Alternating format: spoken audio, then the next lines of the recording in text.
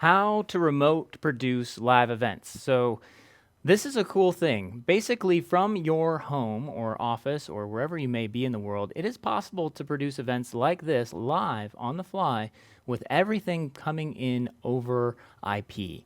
So you can sit and stay back out of the fray. You're not having to travel and go on site with a bunch of equipment. You can set up a home studio or office and run a business on producing other live video content that looks professional and is quite valuable to whoever is participating into it. So I'll be talking about that. How do you set that up? What are the ins and outs? What are the challenges when doing a remote production or producing live events remotely?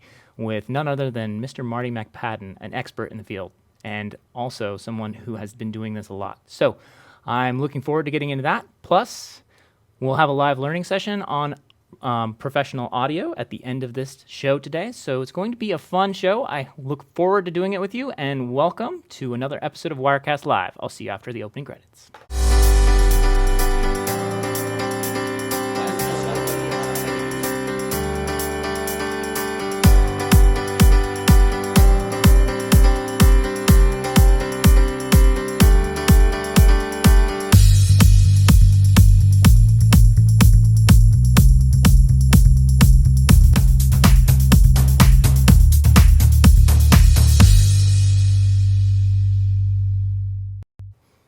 Welcome to another episode of Wirecast Live. I'm your host, Andrew Haley. Each week on this show, on Thursdays, live at 2:30 p.m. Pacific Time, we come to you with the latest tips, tricks, and guests that are experts in their own fields. We try to bring on people that are going to be knowledgeable in areas we may not know necessarily everything there is to know about, and may be related in some way to live video or live production. So hopefully you should tune in. You should get involved. We do this show because we love to do it and because we're hoping that you get something valuable out of it. If you want to find us and find out about upcoming episodes, the best way to do that is to subscribe to our email list, which is available at www.telestream.net/WirecastLive. We'll send you right to your inbox a notification with the guest for and topic for the week, as well as the live learning session and what we'll be covering, which is a great place to come find me and ask questions live. After each learning session, I like to stick around and take your questions, and they can be whatever you want. As long as I can answer them, I will do my best to try to do so. So I encourage you to join us. That usually happens about after the main content of the show, so usually around 3 p.m., 3:15 p.m. Pacific time is about the time the learning sessions typically begin. And I try to pick a lot of different topics, a lot of things. Mostly I've been sticking to Wirecast and video production stuff, but I think we'll be branching out as well. We might talk about things like codecs or sort of networks and things like that that might be interesting to people that may not know everything or just want to get a primer on things. So we'll do our best to keep those interesting. You can also, of course, find us on the social media sites and subscribe, like, share. I encourage you to share this out to your friends, people who might be interested in live production. We always like to sort of give this information to whoever wants it, and these are some of the best platforms today to do that on. So we stream this show live on Facebook at Telestream Wirecast. We stream it on Twitter and Periscope at Wirecast. If you're a Twitter user, you like to use that platform. Or, of course, on YouTube, you can find us there. Come join in the chat. We'll try to check in on comments, and that's a great way to ask questions. I will try to monitor the Facebook as well as the YouTube chats. Periscope is a little trickier because it comes and it goes so quickly. It's not always possible to catch those comments in the moment. But if you want to tweet at us or if you want to join in, leave a comment, please do. And I see some familiar faces here joining us today, so I just want to say welcome to folks.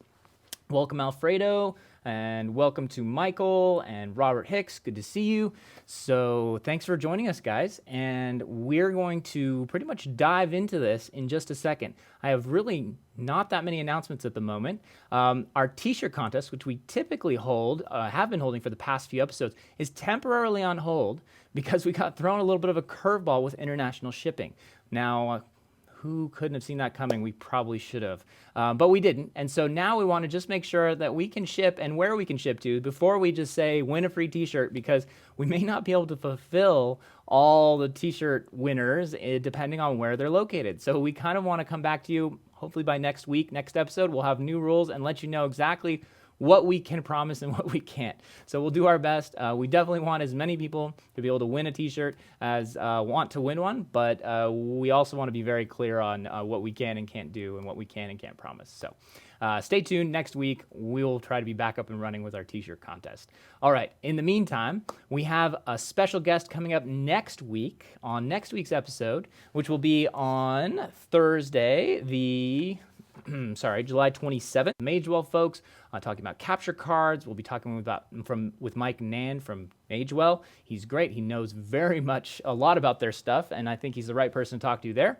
We'll also be talking with Arkon mounts and some of the neat, cool gear that they provide that helps enhance your live streaming.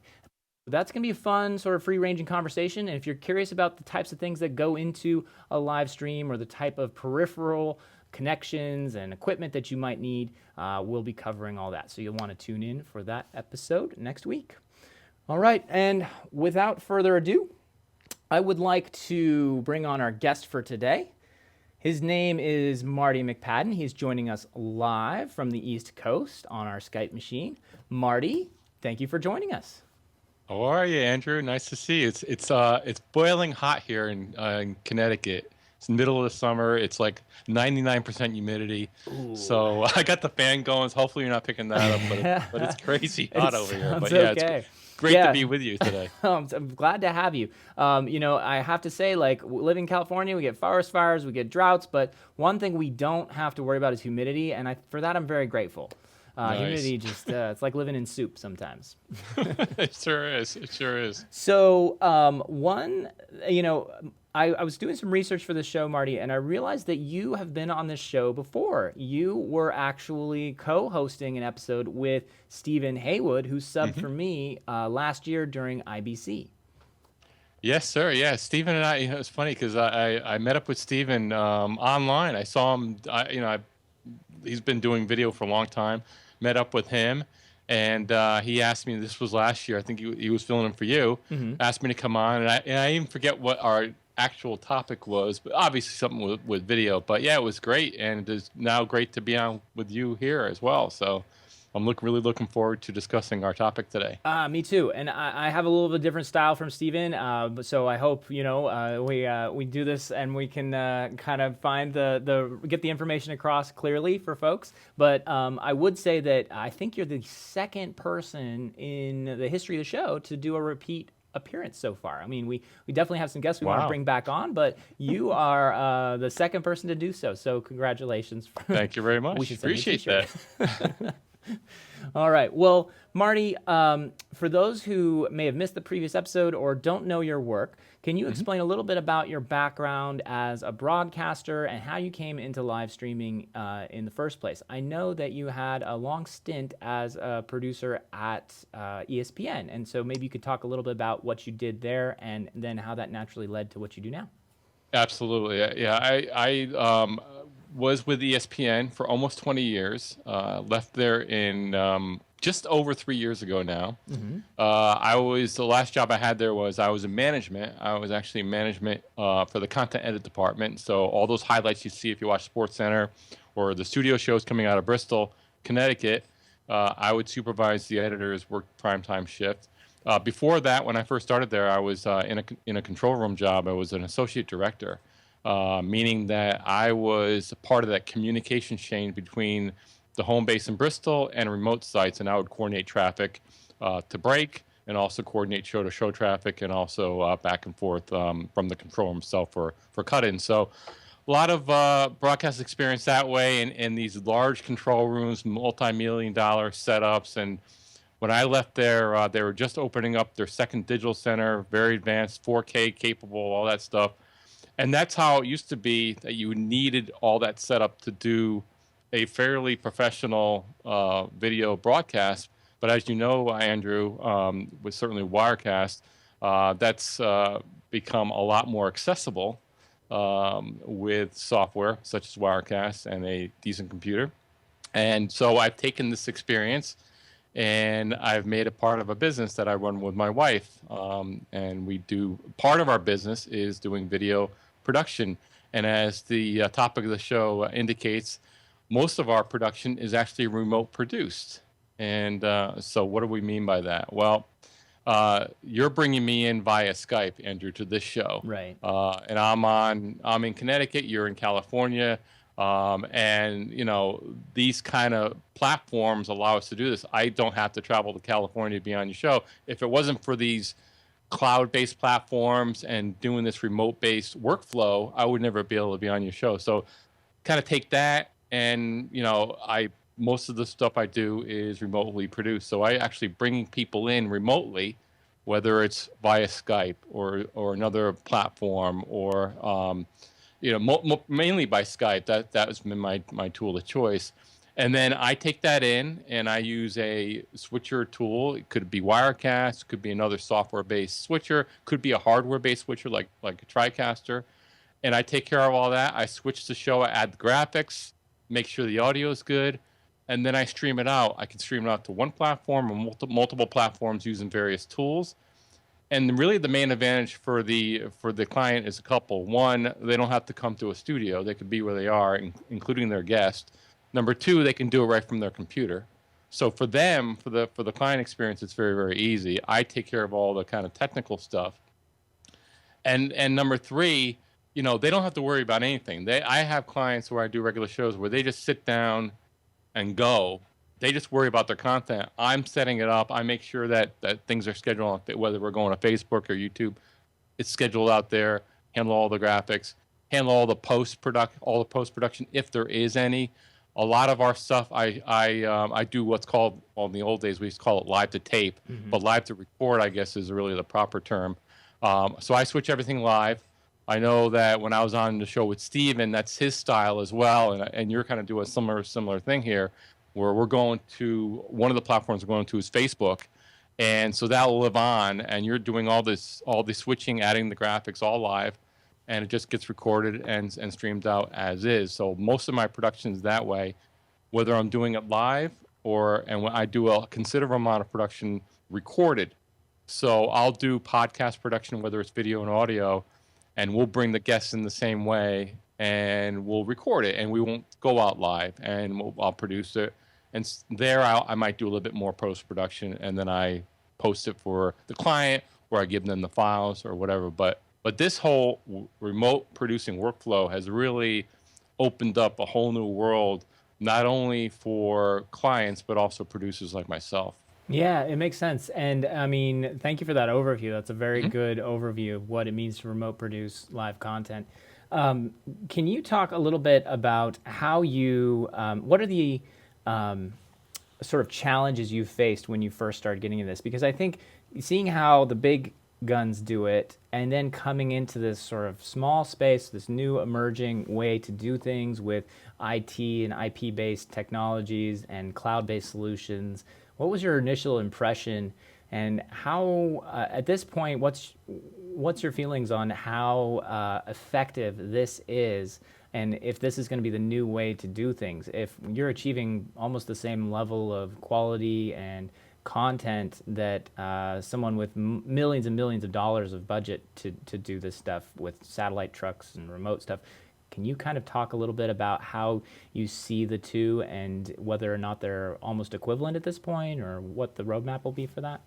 Yeah, I mean, I will tell you this, that the whole landscape is moving really at light speed. I mean, I started this as a formal business. We started producing shows probably 3 or 4 years ago, and I can tell you, just from where we are then to where we are now, not only, I mean, it's funny, when I was at ESPN, it was all hardware based, all baseband, SDI, and people are watching the show that have some experience will know those terms. But now you have things like NDI, which I know is being baked into Wirecast and other software switchers and hardware switchers. And I can tell you, when I left ESPN, IP-based production, that's kind of the next wave, and that's also making its way into the upper levels and network level production. But at this level, and I think the biggest thing here is that the power of a desktop computer that you can get off the shelf, along with very advanced software, has made it possible now to do these shows. Now, I know you're producing the show. I'm sure you're using Wirecast to produce the show. Just, less than a decade ago, that this would not even be possible, to do. And I think it's just advancement in the technology, in CPUs, in GPUs, graphical processor units, the hardware itself to be able to render the video, and also the sophistication of the software has made this possible where you can get pretty close. Now, does it replace what an ESPN does at the highest levels? No, not yet. The cameras, and you can get very technical. You're still going to have the full studios. There's a reason for being there. And also, there's a lot of little details that get lost. Now, can you get close? Yeah, I'll tell you, this kind of setup, you can get real close. And for a small to medium-sized business who may be a client who wants to get into live streaming video, don't have 6 figures to spend on a production, now you can service those guys. The big guys, maybe the big conference, they're still going to have the 6-figure setups, and it's going to be a huge setup. But for the small business, this makes it possible for them to participate and get a really good look, very professional look. Yeah, we see more and more traditional broadcasters using technologies like Wirecast to as contribution systems, as point of presence studios. So point of presence really, again, just means remote studios or remote content generators. So somebody like you could, in theory, stream back to the ESPN headquarters from your studio and be a contribution. You wouldn't be 100% of the content, but you would be a piece of their overall mix and one of their sources. And they may cut to your studio or the content that you're generating out of something like Wirecast for a significant portion of time to either interview someone or to show a clip or run a package or something like that. I think we see more and more of that, and the quality levels, as people get used to seeing more cell phone videos, get used to seeing more sort of digital content that's generated on all kinds of devices, cameras, and sources, that the sort of now it's more and more acceptable to be able to not have to send out a $50,000 camera with a $80,000 a year cameraman to operate it to get some sort of lead or content captured in the moment. So I think we definitely see this equalization where now, as long as you're kind of above a certain threshold, it's good enough to run. It's good enough to go to air. It's funny. A brief example using Wirecast back this past December. I was contacted, and Stephen was kind of the intermediary, but I was contacted I had an opportunity to work with Pandora. They were in New York. They were doing a special taping of John Legend had just released his new album, and he decided they were working with him, and they wanted to do kind of this showcase that they would produce and show later on in various platforms.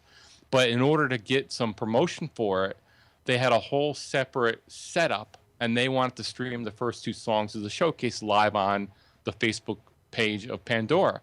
And so I was fortunate enough to work with them. I was brought in as a Wirecast. They use Wirecast and a Mac Pro, and I was brought in to be the operator for Wirecast. And it was a huge crew, and they had a whole separate crew for producing the actual, showcase. But that's a great example right there. We're using Wirecast and a Mac Pro, going out on a major brand. We had thousands of views, obviously, and but Wirecast was great for that, and it was a subset, like you said, of the main purpose of why we were there. But it served the purpose great. We had a nice graphic. We brought it in. We were able to broadcast right to Facebook, and obviously Wirecast, you can go right to Facebook directly from the interface. It worked great. It worked fantastic. Clients were happy. You were happy. And yep, absolutely. Got it all done. Yeah, and I see a lot of comments in the chat here saying that, you can get incredible looking quality. They're commenting that this looks really good. I see a few people saying hi, like Matthew and Deb on the YouTube chat, as well as Michael saying that this quality looks great, and that the quality of Skype in general can also look really good. So let's talk a little bit about that, controlling the quality when doing a remote produced live event, because there are some challenges that people need to be aware of. So why don't we cover a few of those? What, in your experience, as you've built this business from the ground up, to remote produce content, have you found are your primary challenges? What are the things that you would want if you had wished you'd known before, when you started out, what that you know now? Well, I tend to work with a lot of clients who are either first getting into it, and then, I work with clients that they want to produce content. So we're doing podcasts, we're doing interview style shows, and a lot of time their guests are certainly not video professionals by any stretch.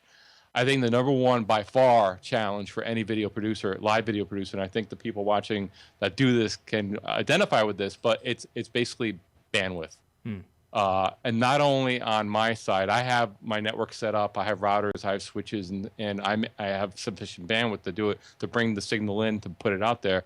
But working with your remote sites and getting them to understand certain key aspects of the importance of bandwidth, making sure you have enough, how you maximize your bandwidth. And that's one thing. Usually if I'm working with someone that may be in an office or maybe at home, most people now, if they're in a major area, they have always on broadband, and their broadband is usually sufficient to get an HD signal out back and forth. That's not a problem. Where I find the real challenge is if I'm on remote, and I still do remote jobs as well. That's the number one question I ask of the client is either we have to do a test, we have to make sure that we have sufficient bandwidth. Are we the only people on the line? I remember last fall I was in Germany. And I was invited to speak at a conference there. And as part of the deal, I helped live stream some of the sessions. And we were assured that we had a separate line for streaming. And we had some difficulties doing it and making sure we had enough bandwidth. And we worked through it about a half a day, and we did get it solved. But people forget that. And the number one mistake I think people make is they think they can just stream on Wi-Fi. And just getting people to do that direct connection to their router, having that wired Ethernet connection is key. Yeah, eliminates a huge set of problems right there. Yep. I mean, that to me is by far the number one. I would say a secondary one is people try to do too much on their one machine. I always advise people you should only have either the Skype window open, depending on what platform we're using, maybe Zoom, whatever it happens to be. That one window open, one application open. Make sure you don't have any cloud applications open that's sucking your bandwidth down, or trying to, or multiple windows open. I mean, that all affects CPU cycles and everything. This video stuff is processor intensive. So I think that's where you have buffering issues and things. All the little details. I mean, and I'm not saying anything you don't already know, Andrew. No, this is good. I don't necessarily talk about this in this context all the time, and so that's why I'm glad you're talking about this stuff. It's really important. And as somebody who's doing this day in, day out as a business, I think you're a little different in the sense that this stuff means your reputation, your client's happiness, it's your customer satisfaction. All of it really depends on this. So I think that you've probably been through the crucible to refine these principles to the most kind of what's really most important. So you're saying bandwidth, absolutely key. Plug into your router. It's just a simple trick, but it immediately eliminates a lot of issues that you can get just from the Wi-Fi. Number 3, you're saying that you should not try to do too much on one machine. You should keep an eye on your processor and your computer's horsepower. And if you need to add more computers, do that. Add more devices, do that, rather than try to just do too much up and down on one computer. Okay. Yeah, if you're running Wirecast, if you're running a software switcher like Wirecast, my rule of thumb is I only run that one thing on that one computer, and then if I'm taking other video sources into it, then I'm bringing Skype in on a separate machine, and I'm bringing in either NDI or straight in HDMI or via capture card on a machine. And that's really, you want to separate your processes out, or else you can certainly overload your processor and your machine. That's, once you start getting up there, then that's going to affect the performance of your rendering. You're going to drop frames. You're going to affect your audio. And I see that all the time with people just getting into it, maybe as a hobby, and they can't figure out, why am I having all this difficulty? And either using underpowered hardware, or they're trying to do too much, and they got 18 different browser windows open, and they've got their cloud services running, and that all affects everything. Do a fresh reboot, that type of thing. But you run as little as you can that you can get away with. and that solves a lot of issues, Makes right sense. there. So, how do you? It seems like working with remote clients, there's so many variables you can't control. Like you can't control, their bandwidth. You can't control their computer, their technological know-how. It's difficult to maybe get their audio to sound good, to their video to look good. How do you approach that? And what are some of the sort of ways that you try to increase the quality of the people that are remoting in and you're producing? Yeah, I kind of do that. I kind of take a layered approach with that. So if I have I have several clients that I do regular shows for, and so we will work with them and we will set them up with kind of a basic setup. And depending on how deep they want to go, I mean, I can go pretty deep, as far as lighting and backgrounds and all that stuff, microphones. But I try to set them up with a pretty standard setup. It's and probably I can give you some examples. I mean, I was certainly if they're just working off of a laptop, I usually recommend like a camera like a webcam like a Logitech C920. Anybody who does this knows that camera. It's been around for years. It's I old think I faithful, have but it one gives you on nice. my monitor right now. Yeah, exactly, and it gives you a nice HD quality signal. Very easy to use, plug and play. As far as microphone goes, that's probably the second thing, and I always recommend a microphone like the Audio Technica ATR 2100. And the reason I like that microphone so much is that it's USB, so it's plug and play. Anybody can do it, but it's also a dynamic and cardioid pickup. What do I mean by that? Well, there's a couple different choices of microphone. This right here is a very expensive microphone, Heil PR40, a dynamic microphone in itself. And why I like dynamics versus condenser, which condensers are very nice mics. They're powered, but these are less sensitive and they're not powered, and they tend not to pick up a lot of room noise. And also the cardioid pickup versus a omnidirectional meaning that it picks up all around the microphone versus directly right in front of it. So if I go off axis, you're not going to hear me very Right. well. Even though you're close to the microphone, it just Exactly. immediately the sound pickup drops off. Exactly, and I have a fan running right here. Hopefully, you're not picking that up too much, but No, I don't have the barely. microphone facing there. Yeah. But that's the value of having a cardioid dynamic, and you can be a little closer to the mic, but it's very forgiving as far as being. Most people aren't doing this in a studio setup, so so I get them set up with that, and right there, those two things, and a decent maybe an umbrella light or a softbox, nothing expensive, or if they're in a brightly lit room, that's fine. And that's good enough for most to get started. Well, maybe we should link to your recommended kit there in the links below in the show description, so we can link to like the ATR 2100 and a little softbox or the C920. And you're right. I think for less than $200, you're pretty much ready to go. And you get about 80% of or 70, 60, 80% of the way there in terms of quality. Right, and it's a great place to start because you can certainly get into mixers and get into interfaces and capture card, all that stuff, but it's a great place to start because again, for people just starting out, it's plug and play. And you're with the webcam, you're getting a nice HD signal in most cases, sufficient bandwidth, and with the microphone, you get that right there. Makes all the if you had to choose between video and audio, make sure your audio's right, because if people can hear you, they'll stick with you. Right. If the video's a little bit sketchy, they'll forgive that a little bit more than bad audio. Makes a lot of sense. So that's a great tip. So do you have them go out, you have them link, you send them an email with some links and you say, check, this is what you should get, and I recommend this, and let me know when you're set up, and we'll go to the next step, which is, I assume, your bandwidth testing and computer testing. Now, one of the things we've experienced on this show is when we have remote guests like yourself, Skype doesn't always work well with certain guests in certain locations. For some reason, we've noticed that mostly our West Coast guests up and down the coast, just for some reason, rarely come in well on Skype. And whereas our East Coast guests, we typically have no issues whatsoever. And I've always sort of suspected it has something to do with server, server load and server destinations. But it's hard to sort of pinpoint. Can you talk a little bit? Have you had experiences like that and picking your platform and how you choose? Yeah, I mean, it's funny you mentioned Skype because I have noticed, it's been getting a little bit sketchier. It's Interesting. especially the consumer level Skype, Hmm. and I tend to use that. Now, there's a professional level Skype called Skype TX, that if you're it's That's what you're expensive. coming in on right now, by the way. And just to differentiate, can you explain the difference between the two and how one might get Yeah, access to one versus the other?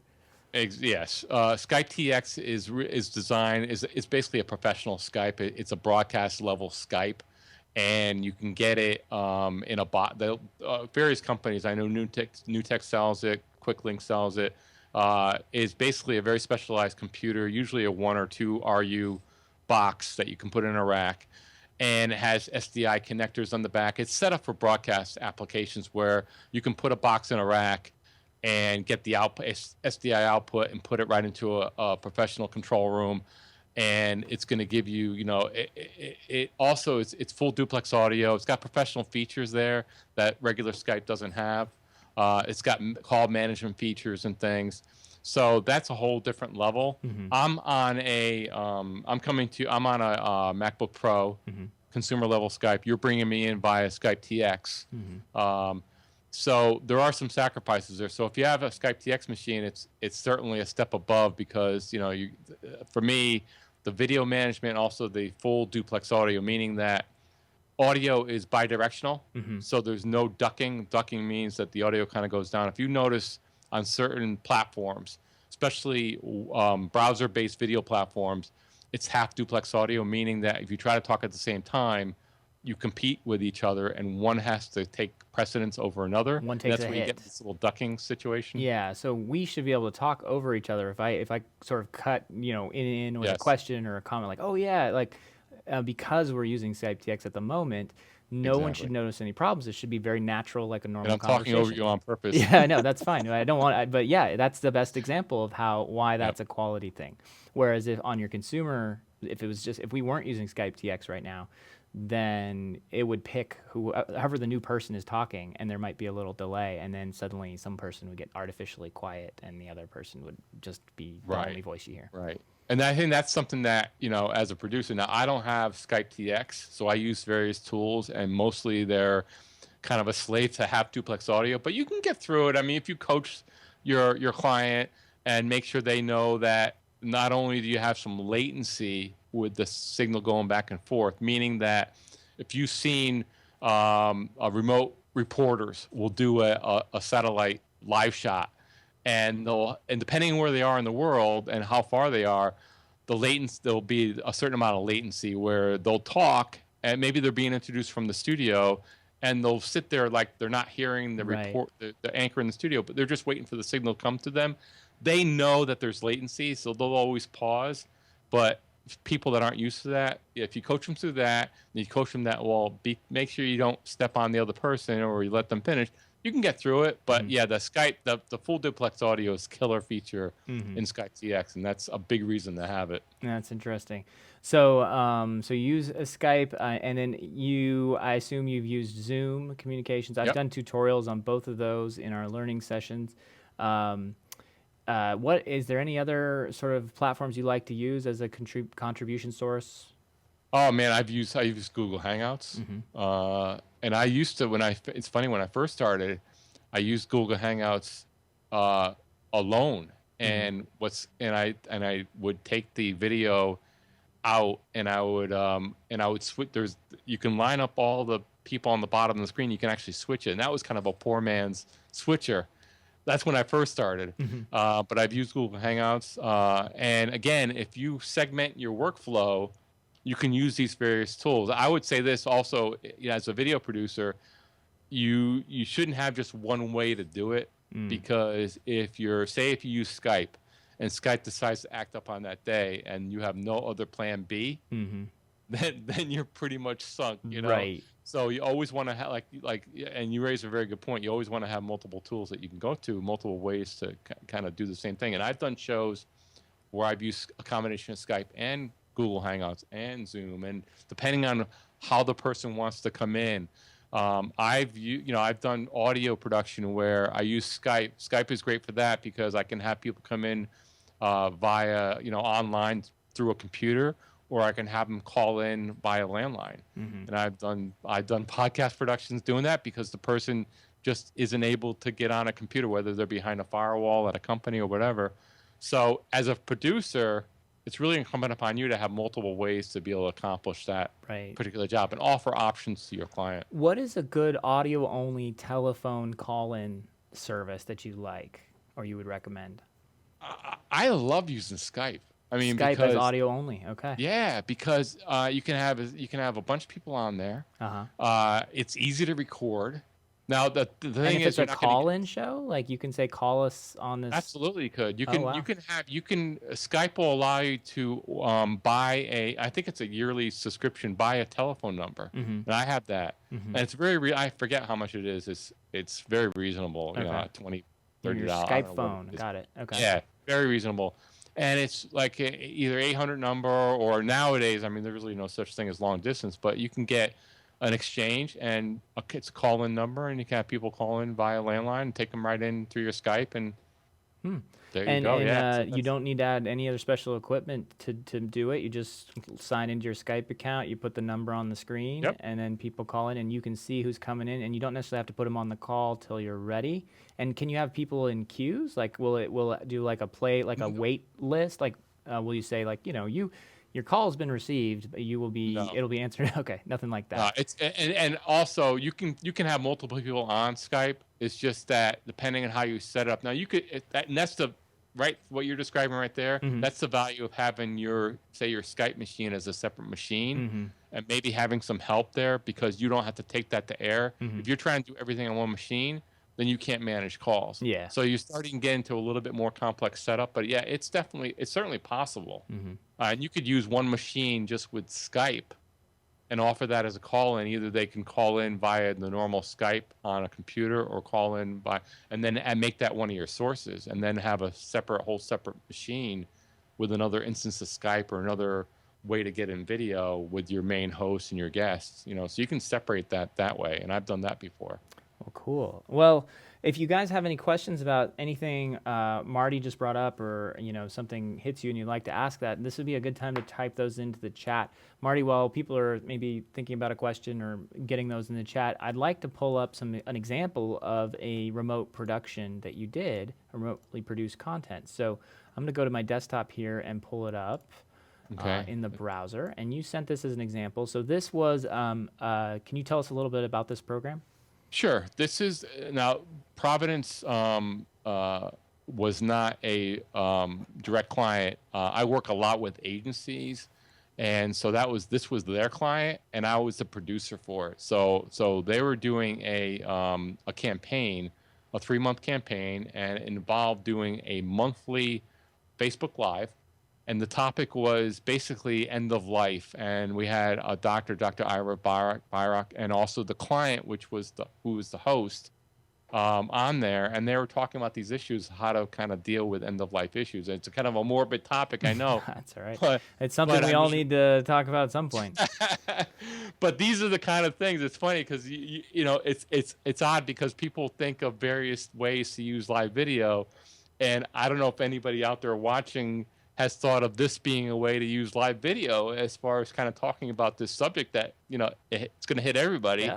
But it was very interesting, and we had great response. But again, I was able to bring in, and it was 2 participants. I was able to bring in both of them, and then switch the show live, add the graphics, manage all the stuff, manage all the flow of the show. Now, when I do this, I can also have I have what's called a talkback with the participants. So they can hear me. I can give them audible directions, but it doesn't go on the stream. What do you use for your talkback? If the Skype is the call, what do you use for the talkback? Do you also use the same Skype call somehow? Yes, sometimes, absolutely. It doesn't go through on the air, but absolutely, I can talk to them directly on Skype.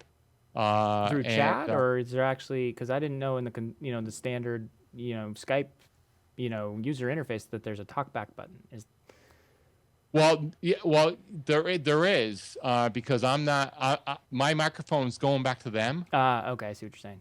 So it's not going on the air. Yeah, got it. So, You're routing it out yes, of the I use a broadcast. separate mixer. Got Yeah, it. exactly. I use a separate. So I'm just taking the audio coming from Skype Got and it. then putting it on the air, and then they get to hear me, and I can mute myself and all that back and forth.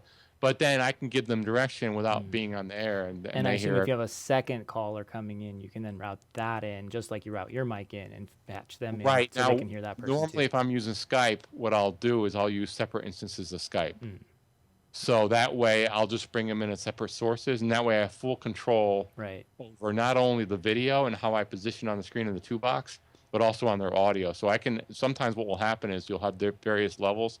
So I can bring it through, I can bring their audio in to a mixer, mix it here, hardware, and then bring it back out through an interface. It gets a little complicated. Yeah, but no, it's a whole nother topic and something that I think we'd love to explore at some point because it does, the routing alone gets pretty intricate. does. So let's take a look at this video. I'm just going to skip around a little bit. We'll watch a little bit and see kind of the content here. So hopefully you guys can hear this. And then Marty, if we need to sort of talk over it, we'll lower the volume. Sure. So people can see it. I'm gonna and just that here. first, and this is part of the deal is I always start with a panel, and so with Facebook, you got to kind of get it up and running and make sure that you're actually going it live. Like so we do, right? The waiting card. Yeah, so I'm gonna skip ahead here. And there you see now the guy on the left, Rick, he's not the client. He was assigned as the host by the client, and then Dr. Ira Bayek is on the right, and they're talking, and then Rick is coming in from his house. Same thing with the doctor. I brought them in, and I think I was using Skype for this. I'm not sure. Well, it looks nice. You've got a two-box shot, and then it looks like you've sort of set it up so they each have a solo. So if you need to cut to sort of a full screen shot of one of them. Exactly. And then you've got their titles. You can throw those in. Yep. And yeah, this is great. So they're both in their, it looks like almost their home offices or something like that. And you're managing all this through two Skype machines, two computers running Skype. Exactly. And the advantage of bringing them in as separate sources is I have full control over their sources. So as you said, I can bring them full. Right. And I keep it very simple. I mean, this is not a complicated production by any stretch. Yeah, no, this is great. But it gives me full flexibility. So in case one of them dropped off, I had the shots already pre-selected. I have their lower thirds actually married to the shot. So when it goes to their shot, it automatically switches to the lower third. And yeah, I mean, it's just managed. And then all they have to worry about is just getting on their computer and talking back and forth, and I handle all the other stuff. So that's kind of the nice thing about being remote producing. And then again, I think the doctor was in California. I think Rick was, somewhere down south. So they're in complete separate locations. Right. And you're able to do this stuff, and they seem like they could be in the same studio. So that's fantastic. So that, I mean, right here, this is the power of remote production and today's technology if you put it all together. All right, so let's see if you guys have any questions. We will take those briefly, and then we'll wish you goodbye here and finish out the show. So Tom is saying he, believes you mentioned the Audio Technica HDR 2100 as a microphone. He just wants to verify that was the model, the Audio Technica HDR 2100. No, ATR as an Adam. Okay. ATR, yeah. A is an apple, T is in Tom. Got it. Yep. Great mic. I will say this about that mic. If you do get it, what's cool about it, I have one actually myself. I use it. It's a great little mic just to have around as a spare mic. But what's great about that mic is you can grow with it. So not only does it have a USB connector on it and a built-in sound card, but it also has what's called an XLR connector. And I have it on this microphone here. It's a professional 3-pin connector. And so you can actually grow with that mic, and you can actually hook it up to a professional mixer and with professional equipment and use it that way as well. But I will caution you on that particular mic, the weak point of that mic is that USB connector. So be careful when you unplug and plug it. You want to be careful with that mic. But it's a great deal. Even if you had to get another one, but it's a mic I recommend. It sounds great. It's inexpensive, and it's a great place to start as far as getting a decent mic. Well, that's a great point. So I'm getting a number of requests here, from Lutz and Chris. They're all wanting at some point somebody to cover audio routing for setting up good. two separate Skype machines, just like you had with the good doctor there and his interviewer. So that would in itself be a great demo. If I get around to it, I would be something I'd like to do. It just takes some prep, but Marty, you should really shoot one and put one on, and we'll link to it at some point. It's funny we talk about. I would say the biggest challenge with doing a two separate machines is with the audio and setting up your mix minus. Right. If people know what that is, your audio routing. So when you do that, the people that are coming in via Skype, they need to hear themselves. Mm-hmm. They need to hear what's going on the feed, and they also need to hear each other. Mm-hmm. But they don't need to hear themselves. Right. And that's what we call mix minus, where they're hearing the full program mix minus themselves. Yeah. It does require some knowledge as far, and I'm sure, Andrew, you've done this before. Well, no, I think you're totally right. This is the most complex part of the whole thing. Right. So it does require some, a mixer with a couple of auxiliary buses, and you got to mix, you got to send the right audio, the mix minus themselves, and it's multiple mixes and things, but sounds complex, but once you get the thing, it's fairly straightforward. But yeah, that gives you the most control. Again, the higher the quality, the more control, the more complex it is, but it is worth it. And I will say this, a couple of things. One, preparation's key, big time. I see so many people just jump on and expect everything to go right. It's probably not. Right. I use what's called a 90-10 rule. 90% of the work is done beforehand. It's all prep and everything. 10% is what you're seeing here. Right. Andrew, you don't come on this show and just come on and say, "Oh, Marty, great that you're on Skype and let's do a show." No, This is prepped weeks in advance. You know what you're talking about. You got all the graphics set up. You have an outline of how the show is going to go. That's the reason why it looks easy.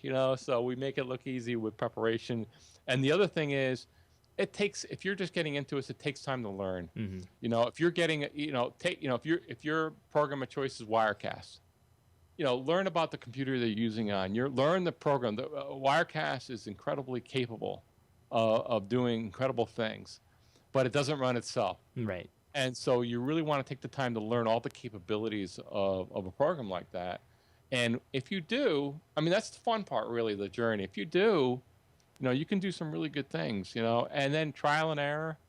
You'll learn a lot, but learn how things work. Yeah. Because, you really want to be able to troubleshoot and really want to know how things work. So when something goes wrong, you can figure it out. Yeah, I think have a friend, right? Have somebody who's willing to you need a buddy that's just willing to take that call at 9 p.m. while you're trying to figure out the mix minus and we'll just kind of sit while they play video games or answer their emails just so they can be on a call with you while you try to route things. I'm going to talk again. Okay, talk again. Andrew, Steven and I have done that many times. I know. Many times where we're trying to, I remember being on with him like a year ago, troubleshooting some audio problem I had. Right. He was great.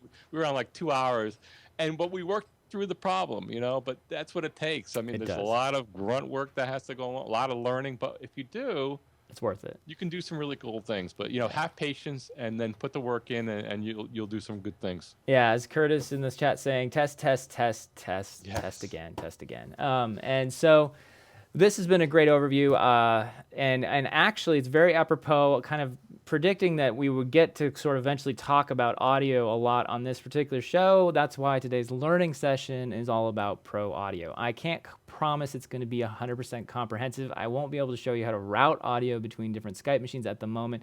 I will be able to talk about some of that stuff, but hopefully if you are interested in stuff, you want to learn a little more, or you're just wanting to get a little primer on it, stick around after the show. We are doing a live learning session on pro audio. So that being said, Marty, where do folks find more about you, and how can they get in touch?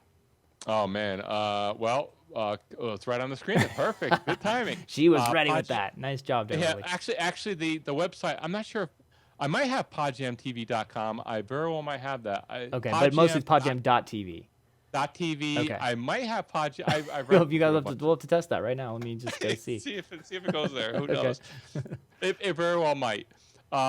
And then my Facebook company is podjam.tv / and then Marty and McPadden, a lot of different places, Twitter, Facebook, email. I do answer email, Marty at podjamtvproductions.com. And and we can go from there. Okay, I can confirm that it is, in fact, that you do not yet own that domain, www.poddjamtv.com. But go to my screen real quick. We'll pull this up. I have, this is the correct address, so if you guys are curious, QQQ, not QQQ, www.podjam.tv. So TV is the domain.